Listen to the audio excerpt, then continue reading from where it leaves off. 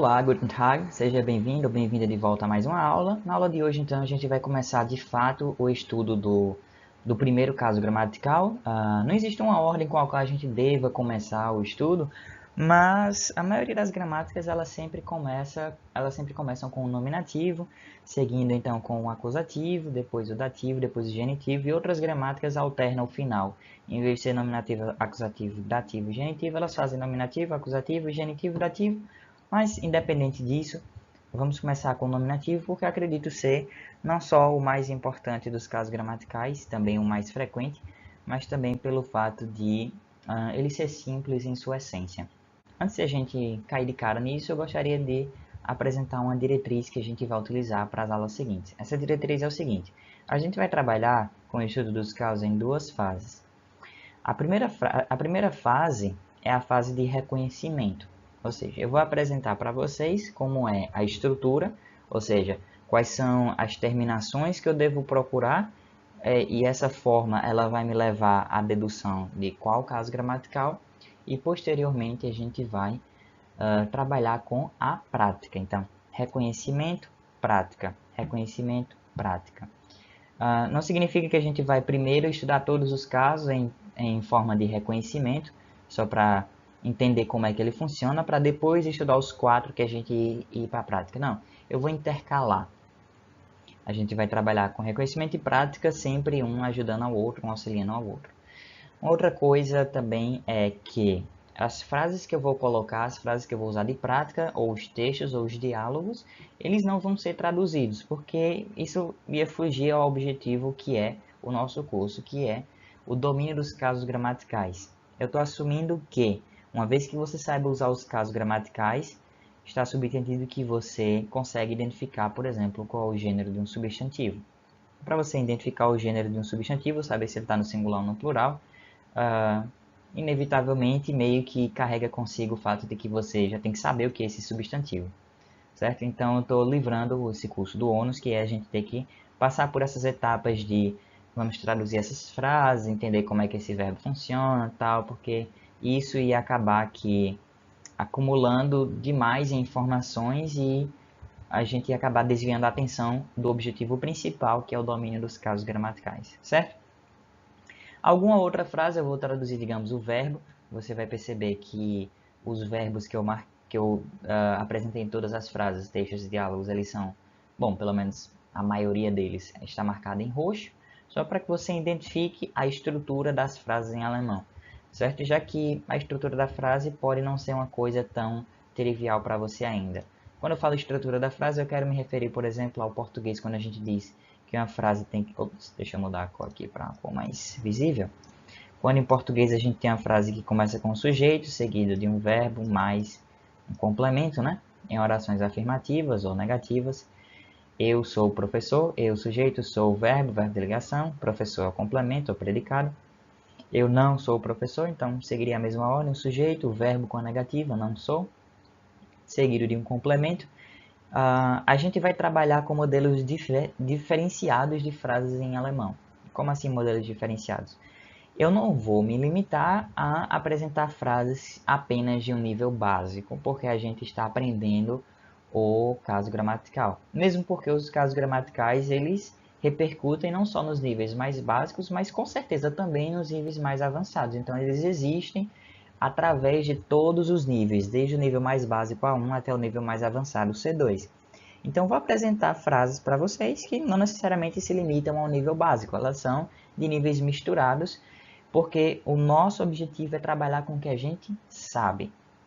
Se eu apresento para você, olha, aqui é o nominativo, essas são as palavras e essas são as terminações que a gente tem que procurar. Não interessa o nível do texto que eu vou passar para vocês, o nível da frase. Vocês vão procurar entender o texto e a frase? Não.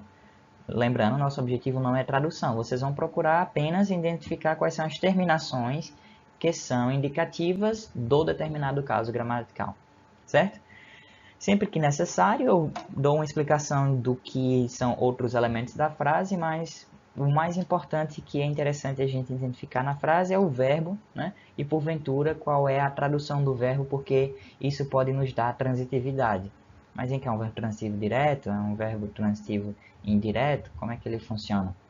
ou às vezes a gente vai precisar que uma preposição nos diga qual o caso gramatical que ela exige, tá? Não apenas verbos exigem casos gramaticais, mas também preposições, ok? Conhecimento, então, vamos a fundo. Identificando o sujeito. Antes de a gente iniciar com o alemão, mais uma vez vamos fazer um comparativo com o português e para cada uma das frases a seguir, pausa esse vídeo e tenta identificar quem é o sujeito de cada uma das frases. Sublinhe o sujeito. Escreva essas frases no papel, se necessário, ou escreva apenas qual é o sujeito de cada uma delas. Em seguida, dá continuidade ao vídeo para que a gente possa identificar quem são, de fato, os sujeitos. É importante que toda vez que eu disser pausa o vídeo e tente fazer você mesmo, que você pause o vídeo e tente fazer você mesmo, tá? Do contrário, você vai estar fazendo apenas uma porcentagem do que é pretendido para que você possa, de fato, assimilar o conceito que eu estou passando. Ok? Então vamos lá. Assumindo que você já tentou fazer por você mesmo, vamos, frase por frase, identificar o sujeito destas orações. A moça educada do time de beisebol chamou um táxi. Sujeito da frase, a moça educada do time de beisebol. Se você marcou que o sujeito dessa frase é moça, então você marcou, na verdade, o núcleo do sujeito. O núcleo do sujeito, não sei se é uma coisa familiar para você, mas como o próprio nome sugere, núcleo do sujeito é aquela coisa que é essencial ao sujeito, ou seja, sem ele, o sujeito deixa de existir. E é justamente moça. Se eu retirar moça dessa frase, a educada do time de beisebol. A frase não faz muito sentido. Quem é educada? Né? A moça. A moça é educada do time de beisebol. Por outro lado, se eu tirar algum outro elemento, moça educada do time de beisebol, continua fazendo sentido. A moça do time de beisebol continua fazendo sentido. A moça educada chamou um táxi, continua fazendo sentido se eu retirar do time de beisebol. Ok, então o núcleo do sujeito também é importante no caso de a gente for conjugar verbos, né? Porque moça é terceira pessoa do singular, portanto a gente usa chamou, ela chamou no caso, né? Mas como isso não é um objeto de estudo pra gente, o verbo não é um objeto de estudo, eu só quero que você identifique o sujeito como um todo, não apenas o núcleo. Porque é todo o sujeito que vai estar no nominativo. Claro que pode ter algumas peculiaridades, como por exemplo aqui a moça educada do time de beisebol. Isso daqui em alemão, embora o sujeito seja todo esse elemento daqui, esse trecho em específico está em um caso gramatical diferente por haver posse, né? Do time de beisebol. Mas, enfim, fora isso, a moça educada seria o exemplo do nominativo. Próxima frase, um bom pressentimento. De repente, um bom pressentimento tomou conta de todos. Meus colegas de escola participaram da festa também. Sujeito da frase, meus colegas de escola. Sujeito da frase. 4. Novos interessados no projeto da quadra se apresentavam. Sujeito, novos interessados no projeto da quadra se apresentavam. Então, novos interessados aqui. Interessados são as pessoas, né? As pessoas interessadas. Então, é um adjetivo que está sendo usado na qualidade de um substantivo. Isso também é possível em alemão. Carolina e Pedro riam sem parar durante o show de stand-up. Carolina e Pedro são o sujeito. Sobre o tempo suficiente para finalizarmos o trabalho da escola, tempo suficiente é o que sobrou para que a gente finalize o trabalho da escola. E finalmente a frase número 7, se você marcou algum sujeito nessa frase, está errado porque essa frase não possui sujeito. A gente chama de OSS, oração sem sujeito, mas vem cá, por que você me trollou? Eu coloquei essa frase aí só para a gente perceber uma coisa. Embora em português essa frase não tenha sujeito, por conter um verbo chover, que indica um fenômeno da natureza, em alemão não necessariamente essa frase ia ser sem sujeito também. Tá? Na verdade, essa frase em especial, ou qualquer outra com um verbo que indica um fenômeno da natureza, a gente ia sim ter um sujeito na frase. Certo? Muito bem, seguindo. Sujeito em alemão. Então vamos lá.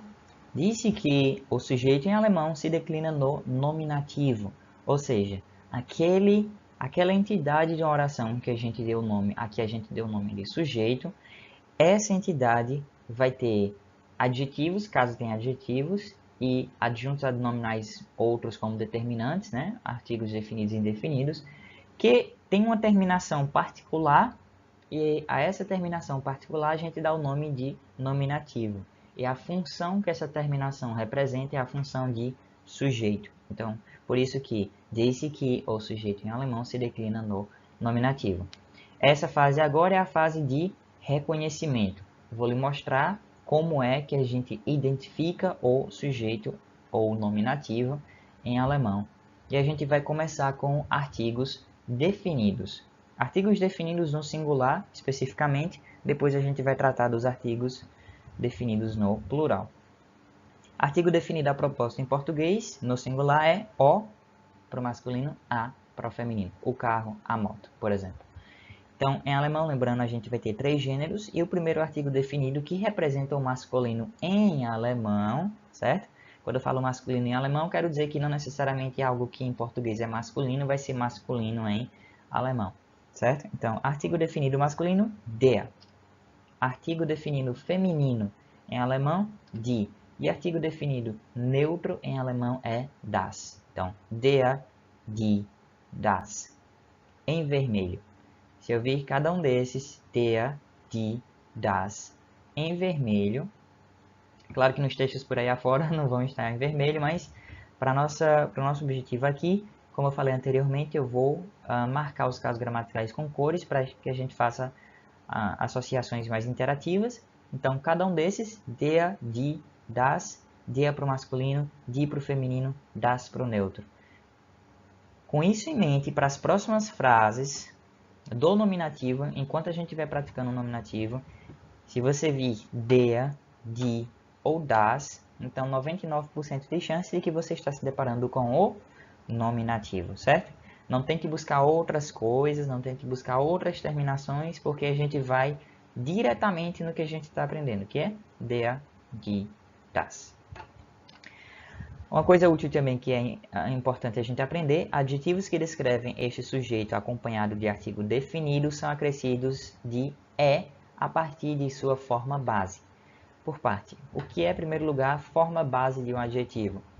Forma base de um adjetivo nada mais é do que o que você encontra quando você pesquisa no dicionário este adjetivo. Como assim?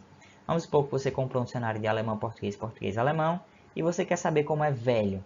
Quando você for procurar velho em alemão no dicionário, você vai encontrar alt. Você vai encontrar isso aqui, alt. Se você procurar engraçado, você vai encontrar komisch. Se você procurar quente, você vai encontrar heiß. Note que não existe nada depois destes adjetivos, além de terminações em consoantes, alt, komisch, heiß. E a maioria dos adjetivos em alemão terminam de fato em consoantes. E o que essa regra está dizendo é o seguinte: se o sujeito da minha frase começar com um desses determinantes, um desses artigos definidos, der, die ou das, no singular, e esse sujeito estiver sendo descrito por um adjetivo, quando eu falo descrito por um adjetivo, eu falo na forma de adjunto adnominal, que é isso? Ou seja, o adjetivo do lado do substantivo. Ou seja, o homem idoso está lendo na praça. Idoso descreve o homem, está indo junto ao nome. Né? Então, é esse tipo de adjetivo. E não adjetivo do tipo, o homem é educado. Educado está descrevendo o homem, beleza. Mas ele não está vindo junto ao substantivo. Ele está vindo como um predicado. Não é esse adjetivo que a gente está estudando. A gente está estudando o adjetivo que descreve o substantivo junto a ele. Ok? Então, se esses adjetivos vierem descrevendo um substantivo que estiver sendo antecedido por der, die ou das, então o adjetivo vai ter que receber necessariamente, por regra, no nominativo, a terminação "é". Então, veja, der, die, das, mais um adjetivo, por exemplo, se for alt, der Alte, die Alte, das Alte, der Komische, die Komische, das Komische, der Heiße, die Heiße, das Heiße. Reticências aqui seria um substantivo, ou pode ter mais adjetivos, certo? Se tiver 30 adjetivos aqui descrevendo o substantivo no nominativo, todos os adjetivos vão ter que ter a mesma terminação. Que terminação? A terminação "é". Der Alte, die Alte, das Alte. Ok? Ótimo. Com isso em mente, vamos colocar agora em prática.